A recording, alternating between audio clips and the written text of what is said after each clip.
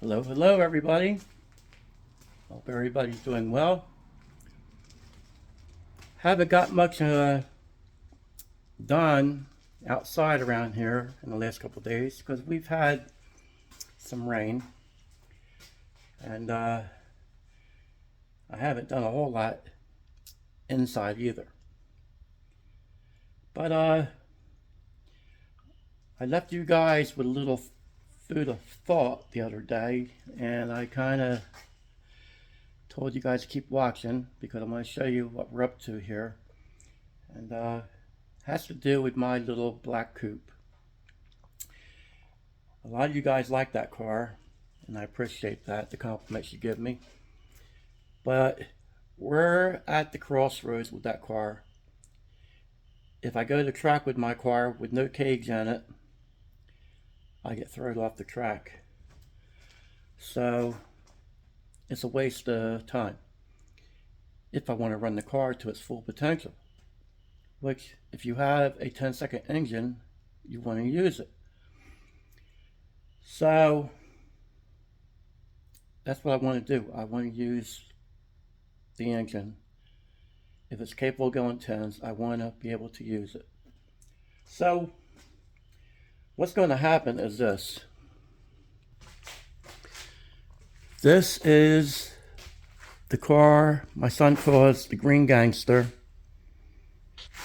And this is where it comes into play about my engine in my black car. The engine that is in my car used to be in this car. And then my son decided to take this car apart because he wanted to get it back in better shape. We had it kind of on fire a couple times, and it melted the front end and warped the fenders and a few situations like that. This car was really a nice car at one time, actually basically perfect. I've had it for about 25 years, and Adam said when he got older he wanted it. I promised him when he got old enough he could have the car. So that's why Adam's done all the work to this. It's really his car now. But he just got new fenders for it. Well, not new fenders. Fenders that are in very good condition. So he picked them up, and now he has some decent doors coming for it, because them doors right there go to this car. So, needless to say, we took one car apart, basically, to put another one together. And that's what we're doing again. If you want to look at it that way, we're taking my car apart to put this one back together. This car here, I'd rather see up and running, believe it or not, more than my car. My car is getting a stock engine back in it. And if I'm going to run 11 seconds, it might as well be with a stock engine. So it's like this here. I'm going to be putting a stock engine, totally stock, in my car. And then if it doesn't run how I like it to run, if it's too slow, then we'll be doing a few upgrades. I'll bring you guys along for that. If I think it needs the heads ported, I'll port the heads. If I think it needs the intake ported, I'll port the intake. If whatever it may need to run back in the middle 11s where I won't have to get thrown off the track, and I still don't need to put a roll cage in that car. I don't want to cage my car. We have cars right here that have cages in them. I don't want to do that to my car. Not at this time. You never know what the future holds for something, but that's it with that. But on another note, this car right here is what kind of got a few people upset. Now, if you look on YouTube, this car is on there under Grover Boys Racing or Adam Grover, the Green Gangster. That's what my son called this car. I always thought it should be called Green with Envy because a lot of people envied this car because for what it had, it ran very well. So, in case somebody doesn't know and is new to the channel, I'll explain. This car runs 9 seconds with a stock bottom end 302, and not just stock, it actually had rust in the cylinders twice that we sandpapered out. And then it has an off-the-shelf cam that we put in it. I have about 300 hours into a set of heads that I ported, E7s, and it had a stock replacement, they call it, aluminum intake, and it was considered to be just that, a upgraded intake for a stock engine, and that's the William 8011, or Whitland, however you want to pronounce it. But the car ran 10s on motor and 9s. Well, my son says it's a 150 shot, but I figured out to be a 125 to 130. But regardless, it still did very well, considering he's out there racing everybody that has a lot more than what he had. Turbo LS's and Foxbodies and stroker engines, and we were always the underdog with this car. But here's the thing. I got a phone call a little while ago, and you know, it's one of them deals where people, they're kind of like excited for you when you do well with a vehicle. I just had a cheesesteak, fellas, sorry. And then sometimes they'll kind of almost wish somebody could go faster than what you're going with the same setup. Unfortunately, that's what we've had happen. Now remember, this car ran these numbers a few years ago, and it's taken that long, 3 or 4 years, for somebody to call me up and still think that's a big deal that somebody finally went 10s with E7 heads. And I said to the guy, well, he went 10s with E7 heads, but you don't know what the car weighs. You don't know if he has 12.5 to 1 compression. You don't know if he has a big roller cam in it and it's 13 to 1, because our engines are stock. So I responded this way, and this is how I feel about it. And you know, when you talk about stuff like this here, you have to be afraid of offending somebody else, because a lot of guys have trouble getting these engines to run, and the 10s or the 11s, 12s, depending who they are, how much knowledge they have. So I've had actually I've had head porters that told me that we were lying about what we had before. And why would they say that? Because they've tried to do it. And then they tried to play it down when they found out that I was telling the truth.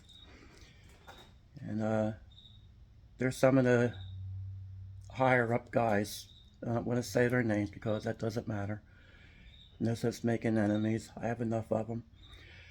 But it's almost like it was going to hurt my feelings to know somebody else ran 10s with E7 heads.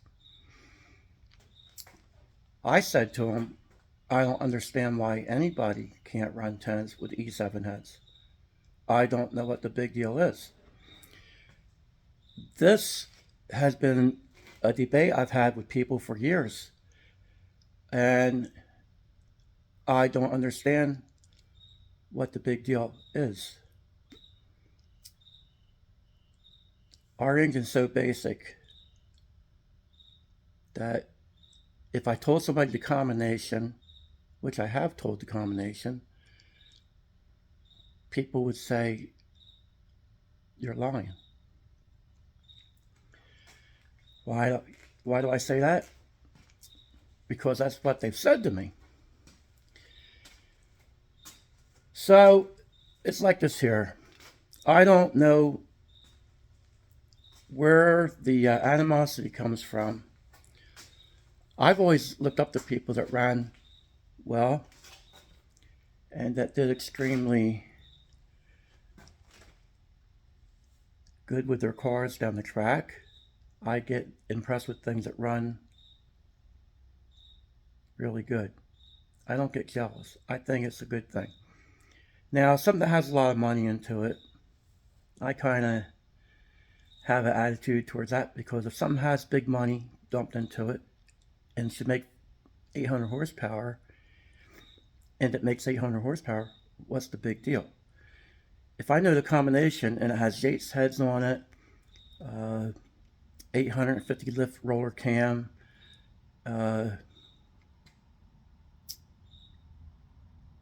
very good tonal ram, or extremely well ported intake, and it matches that combo 14.5 to 1, I don't get impressed with that, because it only runs like it should. I get impressed when it's a low compression engine and it still pulls its own weight. And what I mean by low compression, 9 to 1. Back in my day, in all the magazines, it was a big deal for a 350 to make 400 horsepower with 9 to 1 compression. That was the biggest write-up. I've seen that. I think that was a 10-year spread that I saw all these guys, Sherman and all these guys doing that. And that was like a big deal. People looked up to them. Oh, wow, they made 400 horsepower with a 350 with 9 to 1. Yet you make over that with a 302, and people don't want to believe it. I don't know where the double standard comes in, and it's one of them deals. But it's like this here. Getting back to what I was saying, my car is at the crossroads. So I don't want you guys getting upset, because a lot of you guys, like I said, are behind me on the black coupe. But I think you're going to like it more when you see that engine back in this car right here.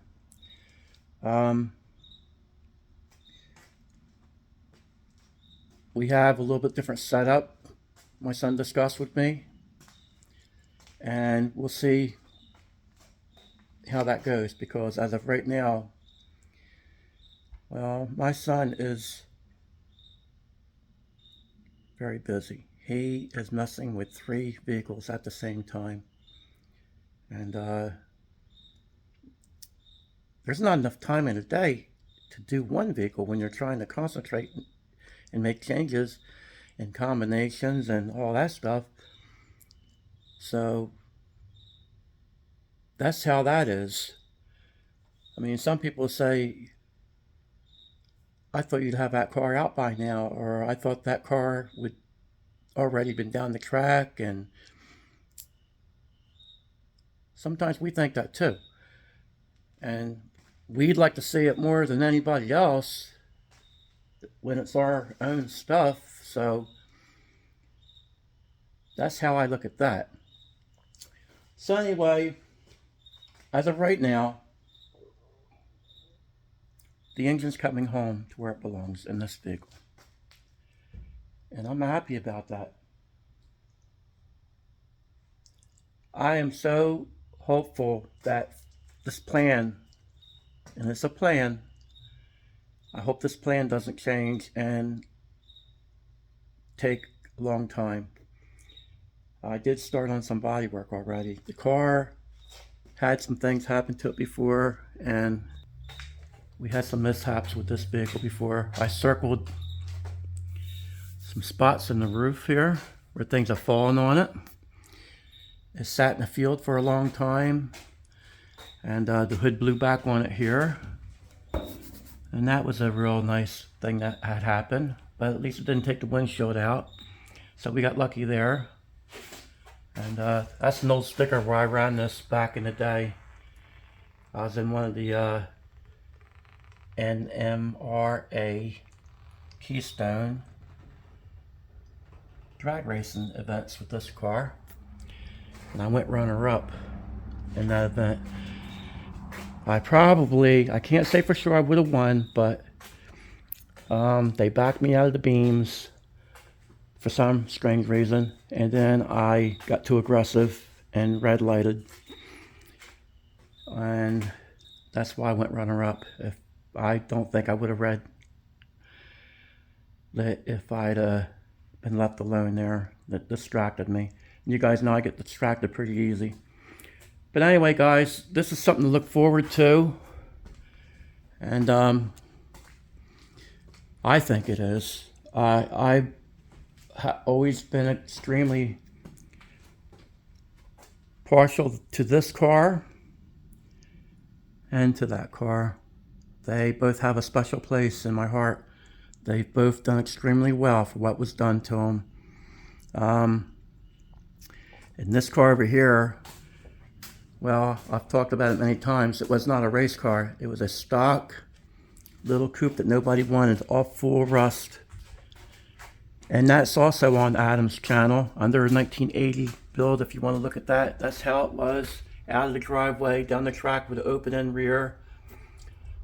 Still went in the 12s, completely stock, first time out, with a 4-cylinder rear in it. And Adam was actually in the event there, I believe. I can't see good, I don't have my glasses on, but I think this was actually something he wanted to do, and I think we made it to this event that they had. Yeah, I can make it out now. Down bottom it says Nationals, Ford Nationals, Acura Raceway. I'm blind without my glasses, guys. So anyway, that's just a little bit of information on these cars, how they kind of stand in my eyes, and I just hope everybody understands about what I'm saying, taking the engine out of my car and putting it in this here, because I'm kind of having a little problem thinking about exactly what I'm going to do with my vehicle, guys, while I'm doing this video right now, because I don't drive it all the time, and it's only been raced a few times, and it's a lot to make a change like this, because it takes time. Even if you're only putting an engine in a vehicle and swapping it over, it still takes time. And I had to ask my son what we needed for this car, and this needs a lot more than I thought it did. He took some well, he took the whole fuel system out of it for another car, and I guess it needs some front end pieces put back in it and things like that. So this isn't just an overnight throw together car. It's gonna take a little time for this. So I think most guys understand that, especially if you're into the Foxbodies or any kind of racing or any kind of mechanic work. Anybody who does this kind of stuff understands that it takes time, and it's never, well, it can be overnight if you have everything lined up, but when you don't have things lined up, then it takes time to recuperate your parts and stuff like that. So anyway, guys, I hope everybody understands where I'm coming from, and we're going to take it from there. I still do want to get the engine fired up in my car, unless that plan changes. I would like to at least see how it runs in my car, and maybe get it down the track at least one more time before we make the switch here if that happens, I will surely put that on YouTube for you guys. So with that, I'm just gonna call it a night here, guys, and I'm kind of brain dead here at the minute anyway. So like always, guys, you know that. But I want to thank you for taking time out of your day to watch this and all your support. I appreciate it, and I appreciate all the new subscribers we have, and you guys all know I surely appreciate you guys that have been with me for a while. So I just want to let everyone know that I appreciate that dearly.